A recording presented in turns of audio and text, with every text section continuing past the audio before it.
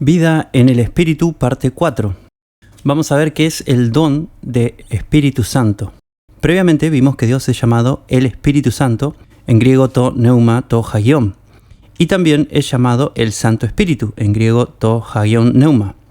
Una tercera expresión que tenemos que analizar y entender es el griego neuma hagion, sin artículos griegos, que se traduciría como Espíritu Santo.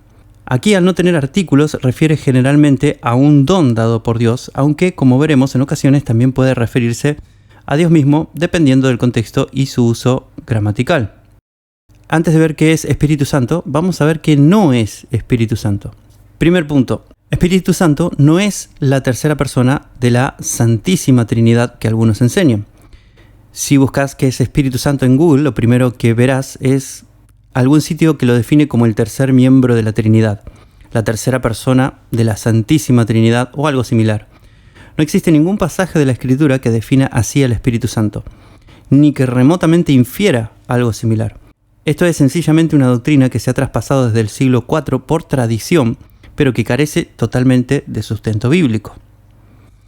Como vimos, Dios es llamado el Espíritu Santo, pero es un nombre o un título para Dios, no es una persona aparte de Dios o una tercera esencia de Dios. Es un título para Dios, como también lo sería Todopoderoso o como lo sería su propio nombre, Yahweh, o muchos otros que hay en la Biblia. Ningún texto de la Escritura dice tal cosa como que el Espíritu Santo es una tercera persona de la Trinidad. Punto número 2. El Espíritu Santo no es una persona, un espíritu o un ser dentro de una persona o cercana a esta. Mucho de la confusión en cuanto a qué es el don de Espíritu Santo viene por no distinguir la diferencia entre el don y el donador, que es Dios, quien es llamado, como vimos antes, el Espíritu Santo. Punto 3. El don de Espíritu Santo no es poder de Dios. También existe la idea entre muchos cristianos de que el Espíritu Santo es poder de Dios, y yo mismo creí esto durante muchos años. Esta confusión parte de una interpretación errónea del versículo de Hechos 1:8. En Hechos 1:8 leemos: pero recibiréis poder cuando el Espíritu Santo haya venido sobre vosotros y me seréis testigos en Jerusalén, en toda Judea, en Samaria y hasta lo último de la tierra. Acá las palabras el Espíritu Santo en el griego son el Santo Espíritu, que como vimos antes, se refieren a Dios mismo y no a su don. Lo que Jesús estaba diciendo es que Dios mismo iba a venir sobre ellos, sobre los discípulos, y les iba a dar poder para testificar sobre la tierra. Supongamos que yo le digo a mi amigo Roberto que compre un automóvil para mi hijo y que cuando lo tenga se lo lleve. Entonces le digo a mi hijo: vas a recibir un automóvil cuando venga Roberto a visitarte. Por supuesto, no le estoy diciendo que Roberto sea el automóvil. Y esto es lo mismo. Jesús no dijo que Espíritu Santo era poder. Sencillamente les estaba explicando a sus discípulos que Dios iba a venir a visitarlos, por así decir, y que en ese momento ellos, los apóstoles, iban a recibir poder para testificar el Evangelio al mundo. También hay que tener en cuenta que Jesús no se lo dijo a todos los creyentes esto, sino específicamente a los apóstoles, a los discípulos que estaban con él. Entonces, ¿qué es el don de Espíritu Santo? Vamos a analizar las Escrituras. Marcos 1:7 y 8 dice: y predicaba diciendo, esto se refiere a Juan el Bautista: viene tras mí el que es más poderoso que yo, a quien no soy digno de desatar agachado la correa de su calzado. Yo os he bautizado en agua, pero él os bautizará en el Espíritu Santo. En este caso, las palabras traducidas el Espíritu Santo, acá en la Reina Valera actualizada, en el griego no tienen artículos, son neuma hagion, y deberían traducirse como Espíritu Santo. Juan está diciendo que Jesús los iba a bautizar en algo llamado Espíritu Santo. No nos dice exactamente qué es, pero dice que Jesús iba a bautizar en Espíritu Santo en lugar de bautizar en agua. La palabra bautismo en la Biblia es la traducción de la palabra griega baptisma, la cual primariamente significa inmersión. Bautizar sería sumergir algo en agua, y el bautismo en agua simboliza un lavamiento. Ahora bien, sabemos que el agua no puede lavar cosas espirituales, solo lava cosas del plano material. Por eso Juan dijo que él solo bautizaba en agua. Juan no podía bautizar espiritualmente. Juan sabía que el agua no producía un verdadero lavamiento espiritual de los pecados, sino que solo era algo simbólico. Por eso hacía falta un nuevo bautismo, un bautismo que Juan no tenía el poder de proporcionar. Juan explica que Jesús iba a traer un nuevo tipo de bautismo, que era el bautismo en Espíritu Santo. Así que podemos imaginar desde acá que el Espíritu Santo es algo que trae un lavamiento espiritual. Lucas 11:13 nos dice: pues si vosotros siendo malos sabéis dar buenos regalos a vuestros hijos, cuánto más vuestro Padre Celestial dará el Espíritu Santo a los que le pidan. Acá nuevamente el texto griego tiene las palabras pneuma hagion, Espíritu Santo, sin artículos. Entonces deducimos que Espíritu Santo es un don de Dios, es algo dado por Dios, regalado por Dios. Romanos 5:5 nos dice: y la esperanza no acarrea vergüenza, porque el amor de Dios ha sido derramado en vuestros corazones por el Espíritu Santo que nos ha sido dado. Y acá Espíritu Santo nuevamente debería traducirse, conforme al texto griego, sin el artículo, Espíritu Santo.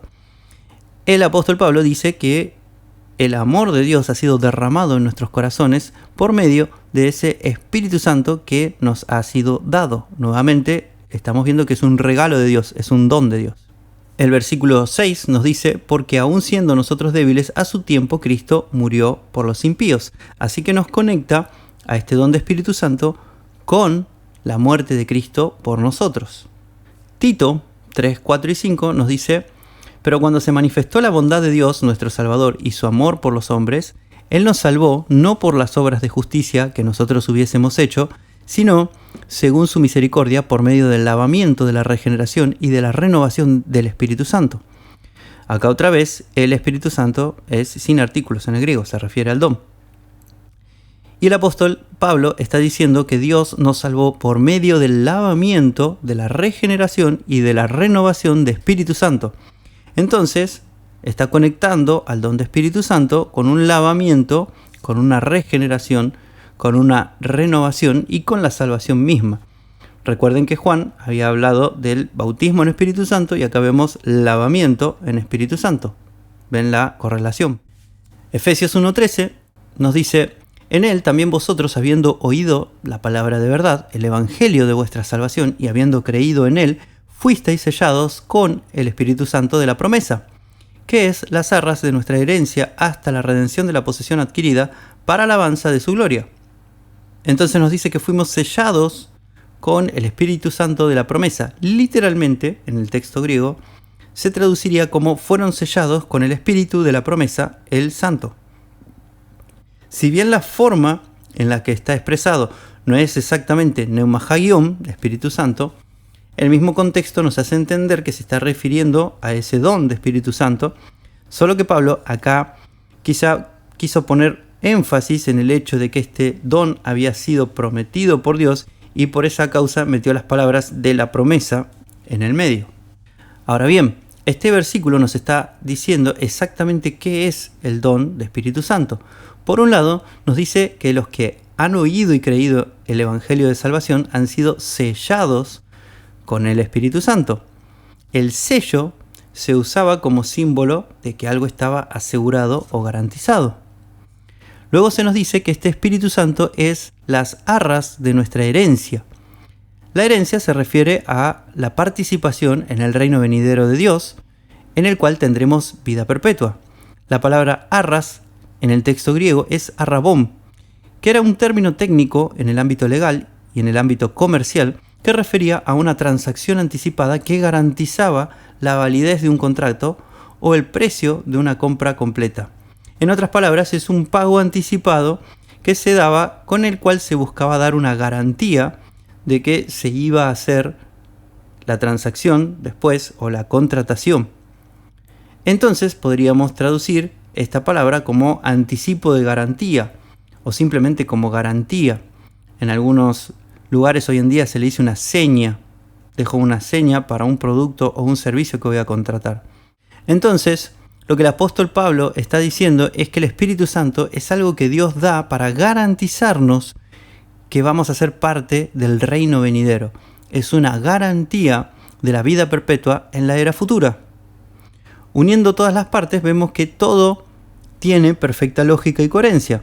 El Espíritu Santo es como el agua del bautismo que nos lava de los pecados y de esta forma nos permite tener acceso garantizado a la vida en el reino venidero. El Espíritu Santo, entonces, no es una persona, no es poder de Dios, no es un espíritu aparte de nuestro propio espíritu humano que vimos antes. Sencillamente es la garantía de que vamos a vivir para siempre en el reino venidero de Dios. El libro a los Hebreos nos habla del simbolismo del tabernáculo y del templo que Dios había mandado a construir antiguamente y los sacrificios de animales que se hacían en estos. Hebreos 9:9 nos dice: esto es una figura para el tiempo presente según la cual se ofrecían ofrendas y sacrificios que no podían hacer perfecto en cuanto a la conciencia al que rendía culto. Estas son ordenanzas de la carne que consisten solo de comidas y bebidas y diversos lavamientos impuestas hasta el tiempo de la renovación. Pero estando ya presente Cristo, el sumo sacerdote de los bienes que han venido, por medio del más amplio y perfecto tabernáculo, no hecho de manos, es decir, no de esta creación, entró una vez para siempre en el lugar santísimo, logrando así eterna redención, ya no mediante sangre de machos cabríos, ni de becerros, sino mediante su propia sangre. Porque si la sangre de machos cabríos y de toros y la ceniza de la vaquilla rociada sobre los impuros santifican para la purificación del cuerpo, cuanto más la sangre de Cristo, quien mediante el Espíritu Eterno se ofreció a sí mismo sin mancha a Dios, limpiará nuestras conciencias de las obras muertas para servir al Dios vivo. Y en 1 Corintios 6:9 leemos: ¿no sabéis que los injustos no heredarán el reino de Dios? No os engañéis, que ni los fornicarios, ni los idólatras, ni los adúlteros, ni los afeminados, ni los homosexuales, ni los ladrones, ni los avaros, ni los borrachos, ni los calumniadores, ni los estafadores heredarán el reino de Dios. Y esto erais algunos de vosotros, pero ya habéis sido lavados, pero ya sois santificados, pero ya habéis sido justificados en el nombre del Señor Jesucristo y en el Espíritu de nuestro Dios. Acá no se menciona el don de Espíritu Santo, pero podemos ver que los que tienen un andar de pecado no van a heredar el reino de Dios, no van a tener parte en el reino futuro. No obstante, estos creyentes ya habían sido lavados y santificados. Entonces, vemos que el don de Espíritu Santo es esa garantía de estar lavados y santificados. Nosotros tenemos un espíritu humano que está contaminado. Al lavarlo, Dios lo santificó, lo hizo santo, así que tenemos Espíritu Santo.